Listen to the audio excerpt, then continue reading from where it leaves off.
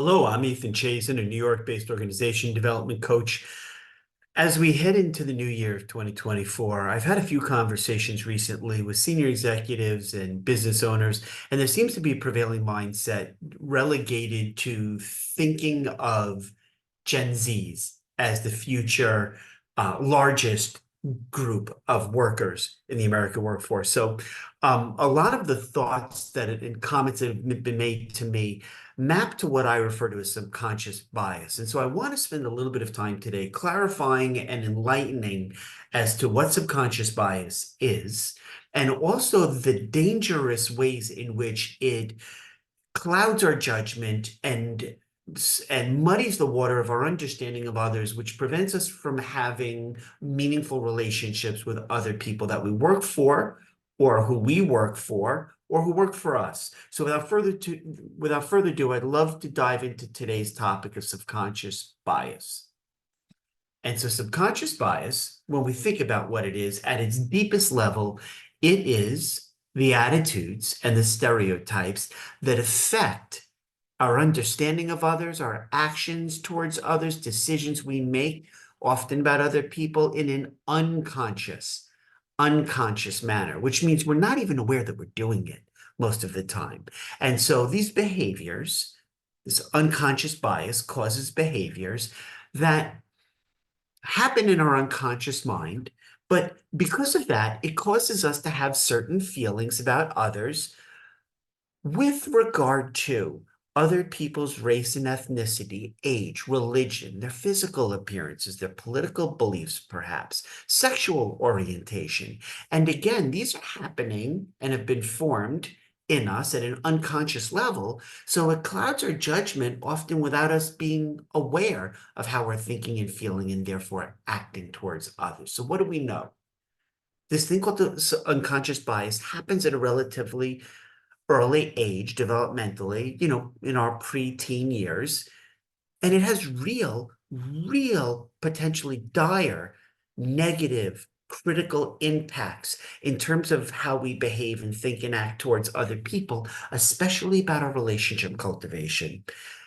However, we also know that our biases are malleable, which means, and I'm going to cover them today, we can take certain steps towards reducing or mitigating the potentially negative impact by what we call debiasing techniques, or removing or reducing bias that we naturally have at an unconscious level. So we also know that this is universal human behavior. We all have these unconscious biases, and because of that, we happen to have what we call an implicit or built inside of us bias, or we favor other people who are in our own tribe, our own in-groups. So we favor others who are in our in-groups, often at the expense of or detriment of others who we don't perceive as being in our in-groups. So I'm going to get all psychological on you right now. Freud's study of the three layers of the human mind. So at a conscious level, we have all of those thoughts and perceptions that we're aware of. They're happening at a cognizant level. Then we have the preconscious level, which are things like memories and stored knowledge, which happen sometimes at a level at which we can plug into and identify, but they take work. Whereas the deepest level, according to Freud, the unconscious level, is where sexual desires, fears, violent motives, irrational wishes, selfish needs, shameful experiences, those immoral urges. That's where, according to Freud, at the unconscious level, all of those, many of which are toxic behaviors, where they manifest. So we know that according to Freud, the conscious mind is approximately 1 in 10 of our or thought process. It's about 10% of our thoughts and perceptions that we're aware of. At the subconscious level, 10 to 15%, is those memories we have, that stored knowledge that can be readily brought from the subconscious or preconscious into the conscious. So collectively, the subconscious and the conscious is about 20 to 25%, according to Freud, of our mental acuity or bandwidth. But nearly a majority, 75 to 80%, therefore, happens, according to Freud, at the unconscious level, where we can't readily access those thoughts, feelings, beliefs in our awareness because they're at that deeper level, right? So it's things like fears, violent motives, sexual desires, all of those things. A majority of our human mind is constructed around, according to Freud, the unconscious. So, having said that, we have control. We have complete power in our debiasing abilities or pursuits to regulate these preset psychological parameters. So we're only as blind as we want to be, according to Maya Angelou. So what does that mean?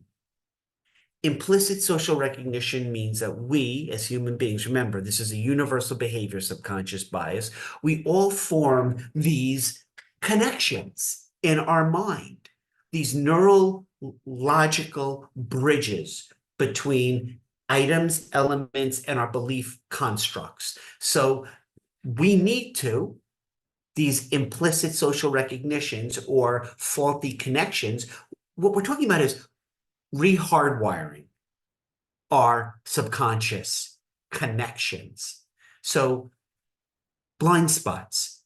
I put a little image here because what we've heard a lot of is this male white privilege and white males making decisions from being in a position of power historically, and now that power is being a little bit subsumed or kind of being forced to be shared with other genders, ethnicities, other backgrounds. So we're not often, because so much of this is happening at the subconscious level, beyond our awareness streams, we call them blind spots, things we're not even aware of.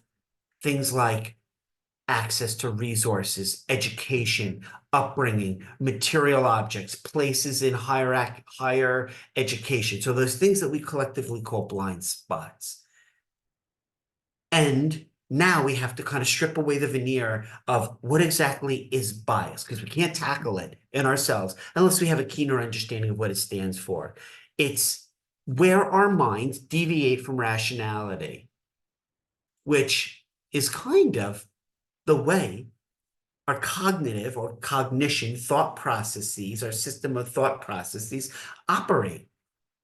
And so our biases affect our thought processes. For example, how do we form impressions of other impressions of other people? I'll give you an example I'm hearing pretty much every day. I hear it from recruiters, search firms, executives, business owners. You know, Ethan, the problem with Gen Zs today is, and having taught in 10 colleges and universities and done career coaching with thousands of Gen Zs, I have to immediately say, stop, hold on. Hold on. This is one of your blind spots, perhaps. It's a cognitive bias, and it's affecting our cognition. In many cases, when you hear an organization say, oh, we have a war on talent, oftentimes they're complaining about a lack of access to talented workers, but they already have preconceived notions or biases against Gen Zs as the fastest growing segment of the American workforce. So that's an example of how we form impressions and our cognitive biases affect our cognitive thought processes. So the next question I'll ask you to kind of spend some time thinking about is, how do you acquire information?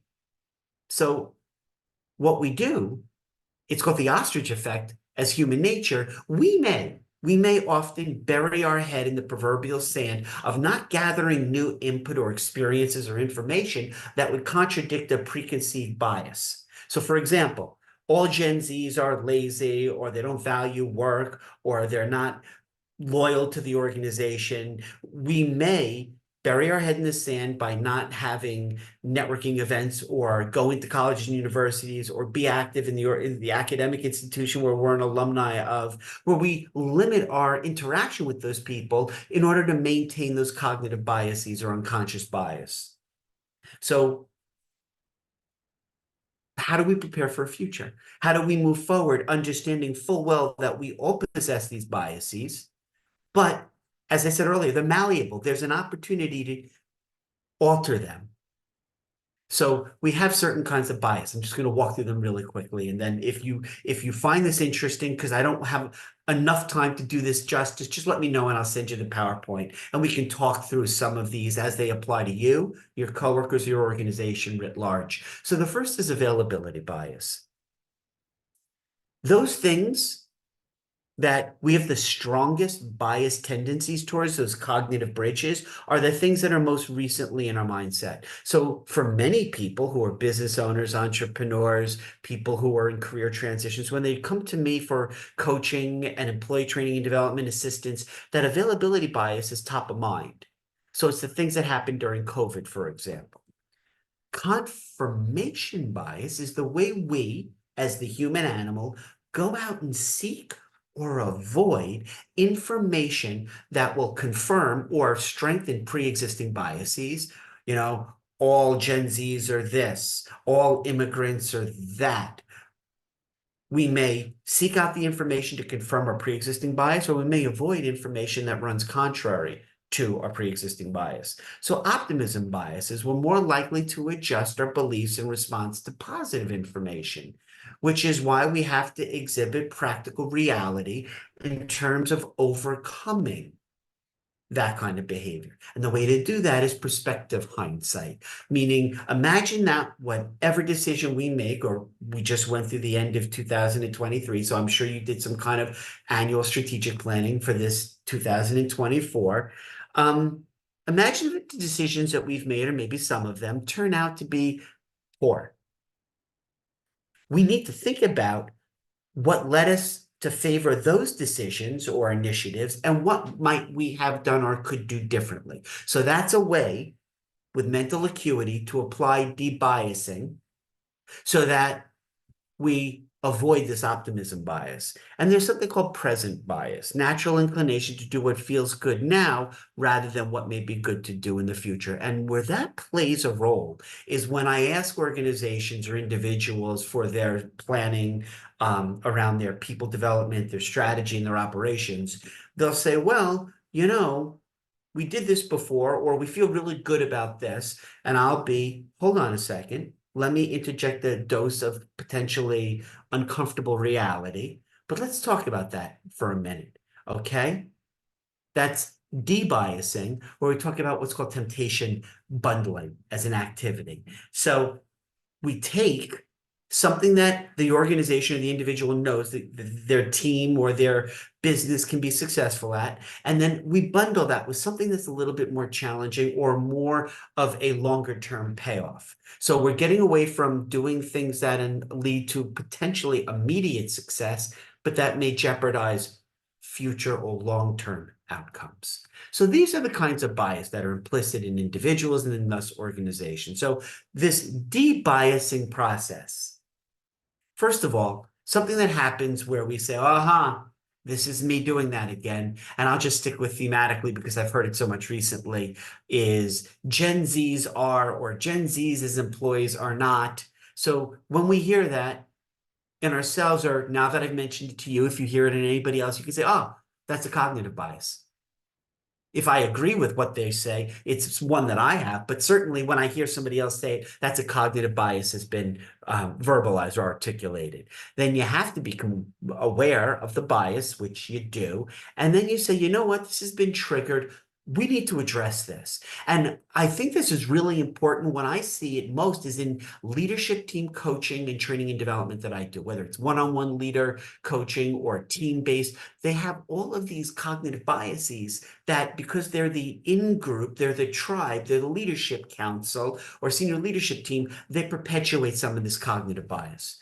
So once you realize, you hear it, and then you identify it, you're choosing to make the difficult decision of going against the force. Okay. So this debiasing activity says, let's address this. Let's take an objective, or as objective a viewpoint as we can. Why do we say that Gen Zs don't make for loyal employees? Well, they leave frequently.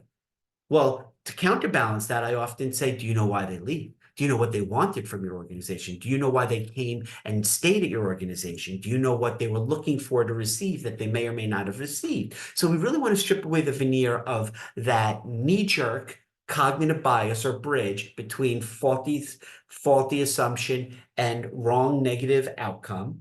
We want to unplug, and then we want to debias by rethinking our thought process. And then we want to select the appropriate debriefing to say, perhaps we need to revisit our recruiting and talent acquisition strategies to think about each of the 6 generations, from matures and boomers to Gen Xers to millennials, Gen Zs, and now what we call alphas, born on or after 2010, which makes the oldest ones 14. We need to think about them moving forward, as each of those groups has their own ways of us going about tapping into that labor market. So once you've successfully de-biased your pre-existing cognitive dissonance, you can now move on to make an optimal decision that has the greatest likelihood of success for your organization. And after all, isn't that what we're after? So this is the kind of mindset that we want to get to. You know, Carol Dweck called it a growth mindset, but I want to talk about this thing called debiasing techniques a little bit more.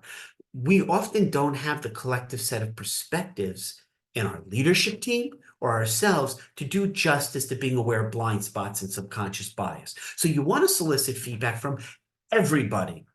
Employees at all 3 levels, senior leadership, middle management, and frontline staff across functional areas, people who are temporary, contract, or part-time workers. And then we want to look at collective groups of external stakeholders, right?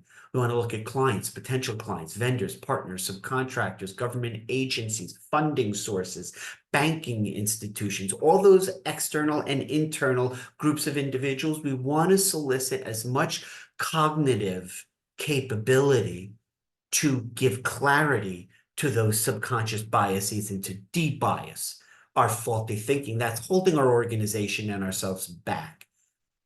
So think about, for 2024, you talk about strategies in terms of operational efficiency or tweaking your business strategy. What about your people initiatives? Think about, for your own social and professional networks, every quarter, every 3 months, you should have several social and professional groups that are new, that you wouldn't normally anchor yourself to expand your interaction and engagement with oppositional viewpoints as a way to prevent bias from creeping in, those different kinds of bias we talked about. And ultimately, if you think about the Socratic method of the way that people interact with other people of differing oppositional viewpoints to get to greater clarity and understanding of both sides of a position, it'll lead us to improve our communication style if we have honest and open dialogues with, objectively speaking, viewpoints that run contrary to our bias. So having said that, next step is labels. I've talked about Pygmalion effect in another kind of video, so go check out my YouTube channel and go look under playlists under business growth, and I do different videos on that. But there's something called Pygmalion effect, which says the way that we perceive people immediately affects how we think about them, which affects then negatively how we act towards them, in a way which reinforces our own beliefs about them, our prejudices or biases, preconceived notions, which leads those individuals to kind of internalize, in terms of the messaging we're sending, those negative perceptions we already had at the onset of our relationship with them, which leads them in turn to act in a way that reinforces those faulty initial biased perceptions. And it's a vicious cycle. And again, I do a lot of videos and a lot of training sessions on this as individual leadership coaching as well as team-based organizational coaching. So here's the big thing that kills me right now. Diversity, equity, inclusion. Most of it's just mandated by senior leadership or ownership as a way to checking a box, and it's BS. And it's what I call surface level diversity, which is we're checking boxes based on gender, ethnicity, but we're not doing deeper level diversity, equity, inclusion, and belonging. So let's talk about that briefly. Diversity in terms of surface level, the most obvious way to acknowledge that we have a bias of reducing outside viewpoints that don't reflect our own inner tribe, we exclude certain people from discussions or strategic decision-making. We steal other people's ideas and present them as our own. When we don't feel like we have a true voice in the organization, that's why, by the way, a lot of Gen Zs leave organizations because they just don't feel like they have the opportunity to contribute. The way we're made to feel a little bit different, and this has nothing to do with intentional purpose. of the organization or the manager or the leader. It has to do with just the way the organization's informal culture makes me feel a certain way. I want to talk about dismissive behavior, which is just because of the way we may think or bias towards other people, we think that they're less capable or less valuable. They have less experience or prior work knowledge to contribute. So therefore, we devalue their insights, perspectives, their ideas, their attempts at contributing. We make nonverbal cues in front of others, like team members, that shows that we have a dislike or distrust of those individuals. And it's downright excluding other individuals from meetings, team builds, certain projects, community engagement or extracurricular volunteer opportunities, when there are certain individuals whose names are not included in the hat, so to speak, for coaching, mentoring, or promotional opportunities, sponsorships. All of those are de facto ways of dismissing other individuals, limiting them, which creates a bias towards them. We make certain assumptions as individuals, and therefore organizations are comprised of individuals. So individually, collectively, we make a lot of assumptions about our coworkers, peers, employees, and it's our detriment. It's why so many organizations right now are falsely claiming to me when we talk about talent acquisition, talent management initiatives, that there's a war on talent, or, oh, you know, Ethan, it's so hard to get and keep talented employees. Bullshit. No, it's not. It's because of the assumptions we make as organizations. So I'm just going to talk very quickly about an inference versus an assumption, just to kind of use some keywords here. But to understand that you individually and your leadership team and all of your people who are in positions of power and control are doing this frequently at an unconscious level, which is affecting your organization's ability to succeed because you're struggling with unleashing your greatest gift, your people's untapped potential. So let's talk about both of these, inference and assumption. Inference is a conclusion that an individual comes to based on something else that is true or you believe to be true. For example, you know what? I'm pretty convinced there are going to be layoffs in my department. Why? Well, because there were layoffs in another department. So because it happened in finance, it's going to trickle its way over to human resources. It always does. So that's an inference drawn with incomplete or inconclusive evidence or information. So an assumption is it's part of your belief system, right? It's something that you just don't even question. You take it for granted, as always, when you're presented with aspects of this scenario, you take it for granted as the absolute truth. You know, oh, you know, doctors think they know everything. Really? Maybe based on your experience, it might be justified in your subjective worldview because it happened to you frequently, but that's an assumption. Your beliefs, those things that we call assumptions, universal truisms in our mind, cause us to come to conclusions or draw inferences about things. And then your inferences prejudice your actions.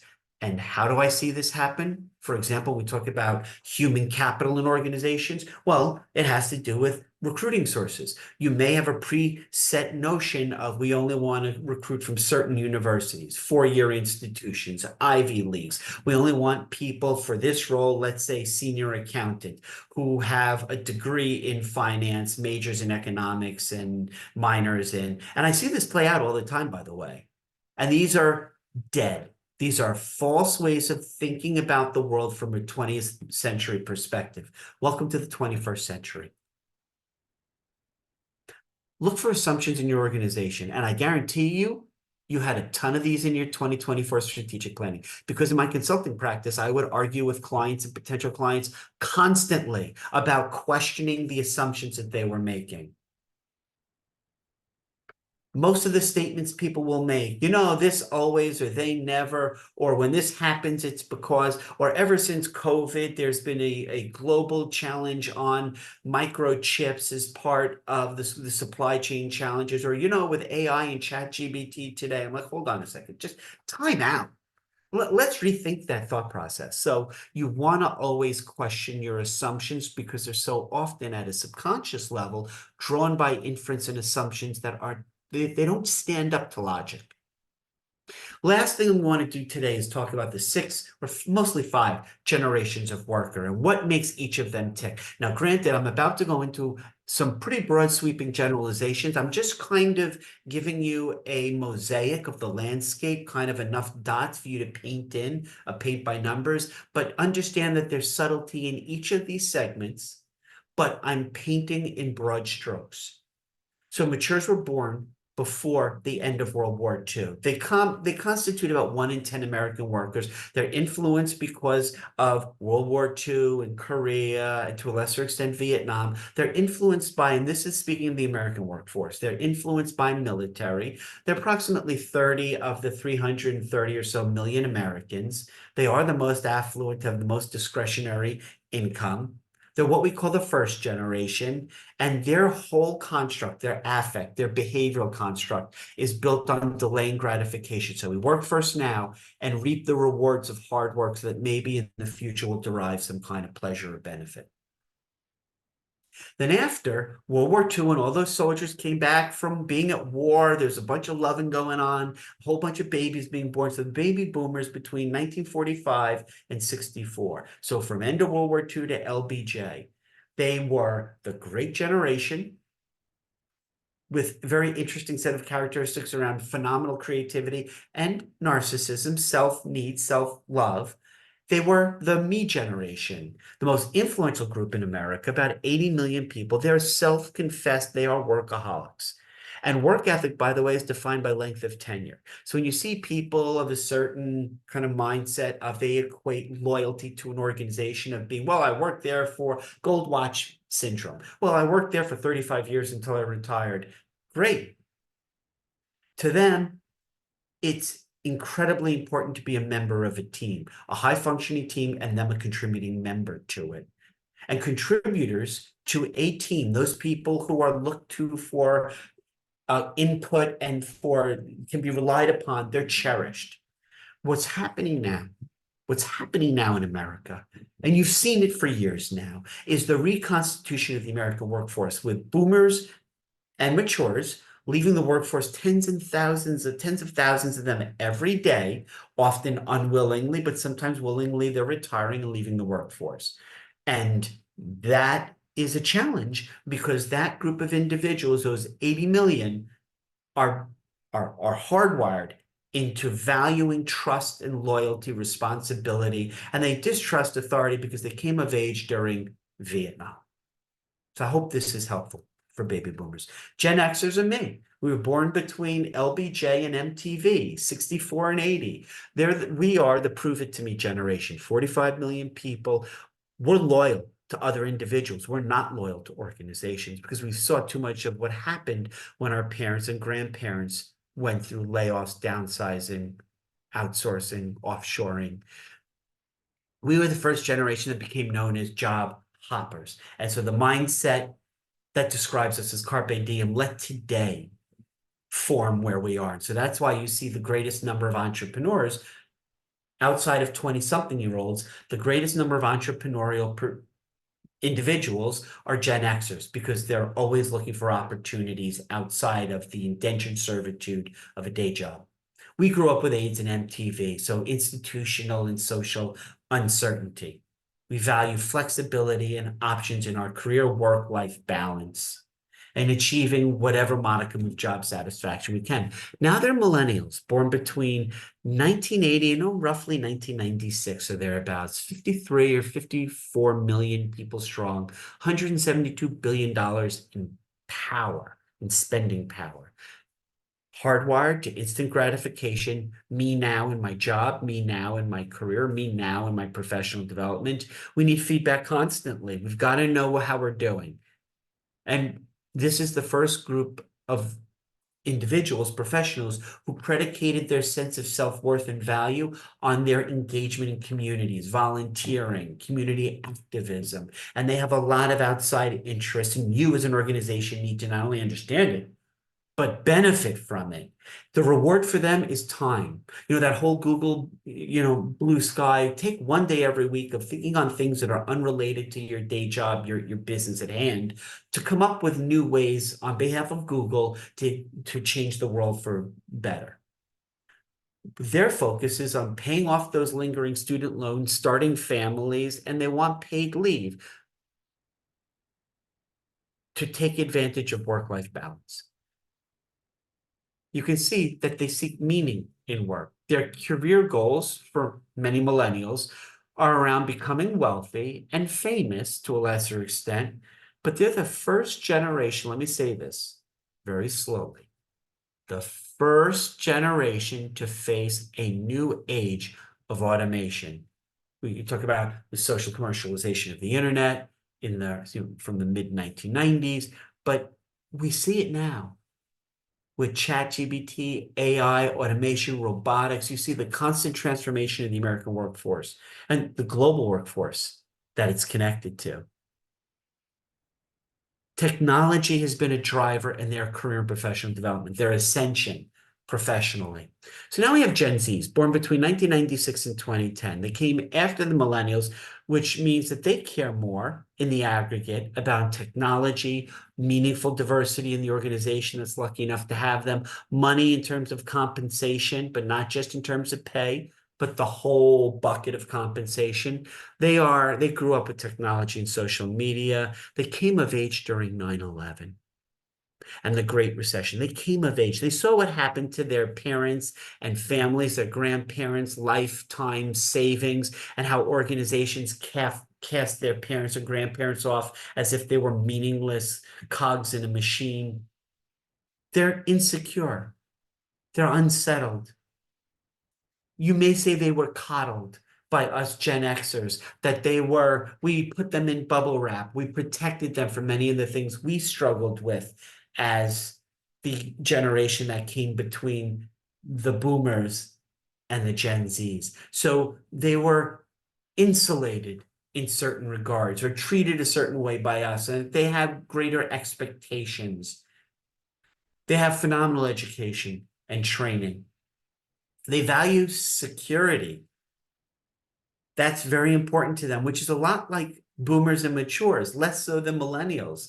And when you think about Gen Zs and what are they looking for from the ideal organization that makes a concerted effort to remove bias in its hiring practice and really go after Gen Zs, their most important things they look for are health insurance and an equitable compensation structure and somebody who they work for who's going to coach and mentor them. That's what they're looking for. It's not rocket science. Don't make it up with your existing biases, what you think Gen Zs are looking for. Vet it against practical reality.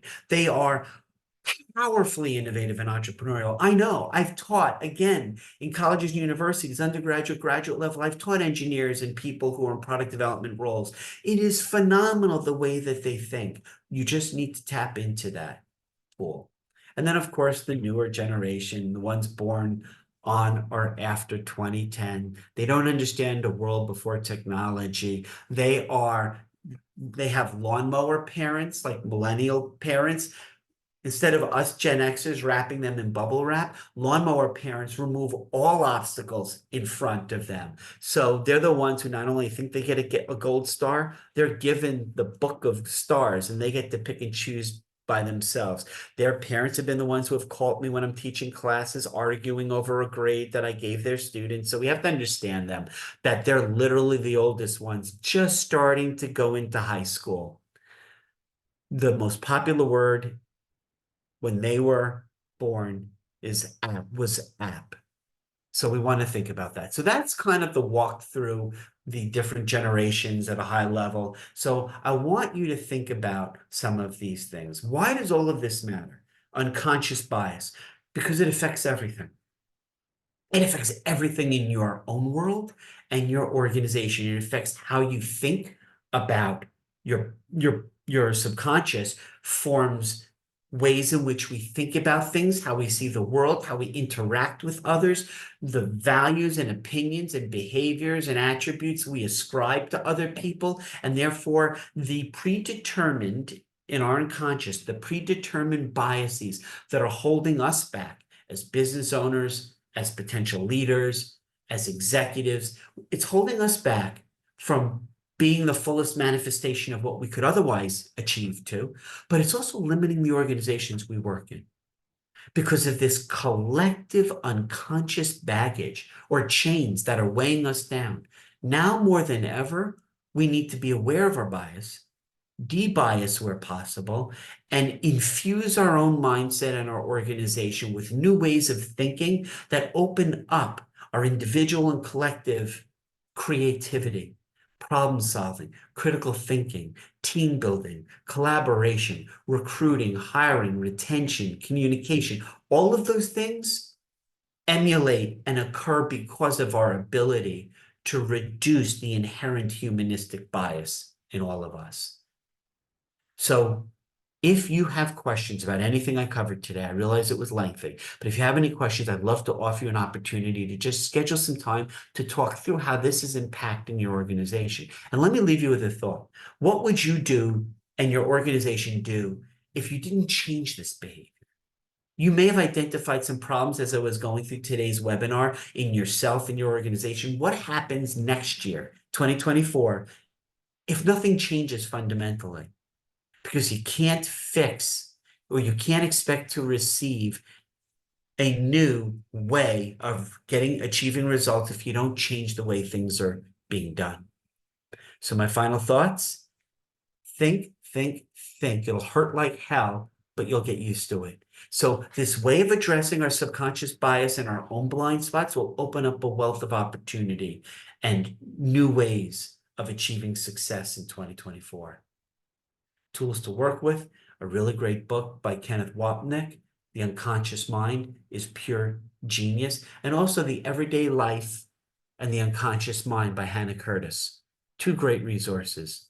Thank you very much for your time today. And the best ways to reach me, other than go on my YouTube channel, be sure to drop a like for this video, subscribe to the channel if you haven't, check out other videos, but send me a message in LinkedIn or email me. Give me a call. I'd love the opportunity to talk with you about these and other issues that are affecting your performance and your organizations. Thank you. Good luck in 2024.